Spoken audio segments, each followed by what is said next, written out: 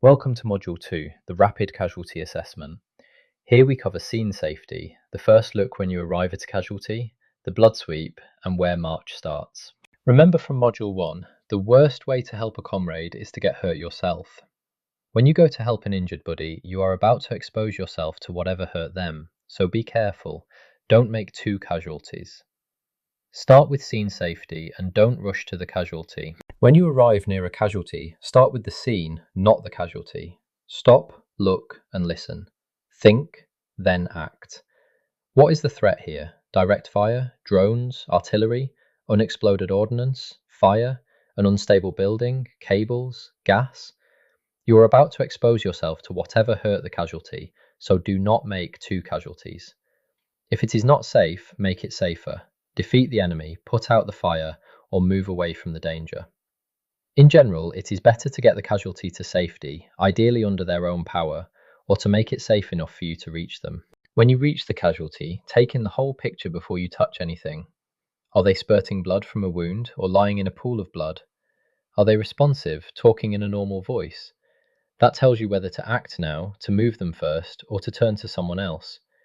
And always assume more than one hole. Shrapnel wounds, unlike bullets, rarely come one at a time. Look at these photos. This is what modern shrapnel wounding looks like. Not one clean hole, but many, scattered at angles you would not predict. A fragment can enter through a small, superficial-looking wound and travel a long way. That can leave you one obvious wound and a worse one you have not seen. The lesson is simple. Finding a wound does not mean you have found the wound that will kill. Treat what is in front of you, then keep looking, and sweep the whole body.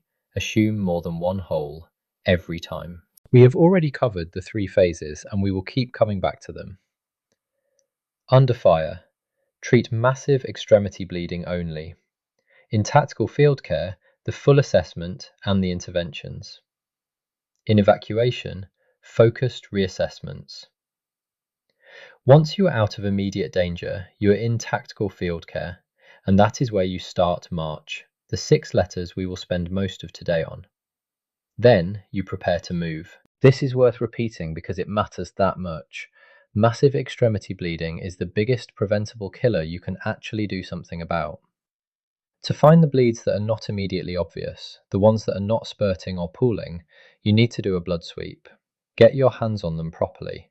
This is not a polite pat down. Check the neck, check the arms and the legs, armpit to hand, groin to foot, with firm pulls around the limb and down to the edge of the uniform, drawing out any blood that has gathered there. Check your hands for blood between sweeps, and keep an eye and an ear on your surroundings for new enemy threats or environmental problems. Treat any life-threatening limb or neck bleed the moment you find it. You can also rake your fingers under the armour and under the knee pads, and rake the chest and the back with your fingers touching so that nothing is missed, though that is usually done during the respiration assessment. Blood hides. Under armour, in armpits, behind the neck and head, and underneath the casualty. You are not looking for every hole, you are looking for holes in the places that kill. There is no fixed order, but the easiest is usually arms, legs and neck first, and then the chest and back. This illustrates the sweep we have just described. Your hands go where blood hides, pulling blood out of sleeves and trouser legs, feeling under the armour, into the armpits and the groin, behind the neck and the back. Blood is dark and it can pool out of sight, so if you only look, you may miss it. Sweep the same way every time so that you never skip a spot. Hello, my name is Sean. I'm an Air Force pararescueman. In this video, we will demonstrate how to perform an effective blood sweep, with the main goal of identifying life-threatening massive bleeding. First, sweep the front and back of the neck, then stop and look at your hands for traces of blood. From the neck, move down to sweep each arm, including the armpit, one at a time, stopping every few inches to look for signs of blood on your hands. When performing a blood sweep, use your fingertips. This will assist you in finding penetrating wounds as well as be effective in low light conditions. Continue to sweep each leg, including the groin, again stopping every few inches to look for signs of bleeding.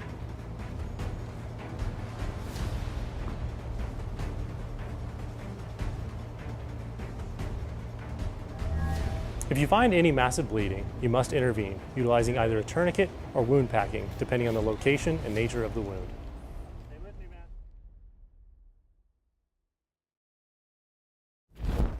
Here is a video showing how to conduct a blood sweep. Again, let's review the common errors in the rapid casualty assessment.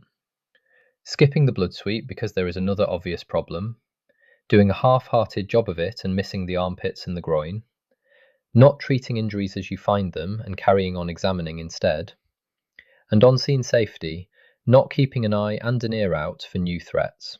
So, to recap, scene safety before hands-on.